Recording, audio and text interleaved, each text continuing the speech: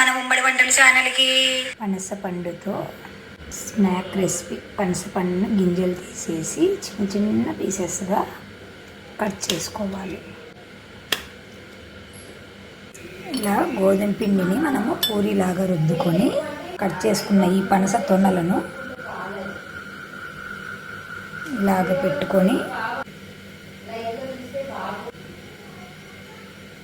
ఇలా అంచులకు నొక్కుకుంటే చాలా టేస్టీగా ఉండే మన పనసపండు కజ్జికాయ. పెన్నం పెట్టుకొని కొద్దిగా ఆయిల్ వేసుకున్నాను. ఈ కజ్జికాయని తీసి మనము ఇలా వేసుకొని 2 సైడ్స్ బ్రౌన్ కలర్ వచ్చేంత వరకు మనం చపాతీ ఎలా కాల్చుకుంటామో అలాగా కాల్చుకోవాలి. కొద్దిగా మంట తగ్గించుకొని పెట్టుకోవాలి. మంట ఎక్కువ పెడితే మాడిపోతుంది.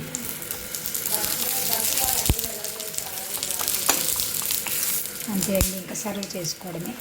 దీన్ని చట్నీతో కానీ మనము సాంబార్ కొద్దిగా అద్దుకొని తిన్నా కూడా టేస్ట్ బాగుంటుందండి ఫ్రెండ్స్. మీరు తప్పకుండా ట్రై చేసి మీకు ఎలా వచ్చిందో మాకు కామెంట్ రూపంలో తెలియచేయండి ఫ్రెండ్స్. By bye friends. ఇంకా సర్వ్ చేసుకోవడమే ఫ్రెండ్స్.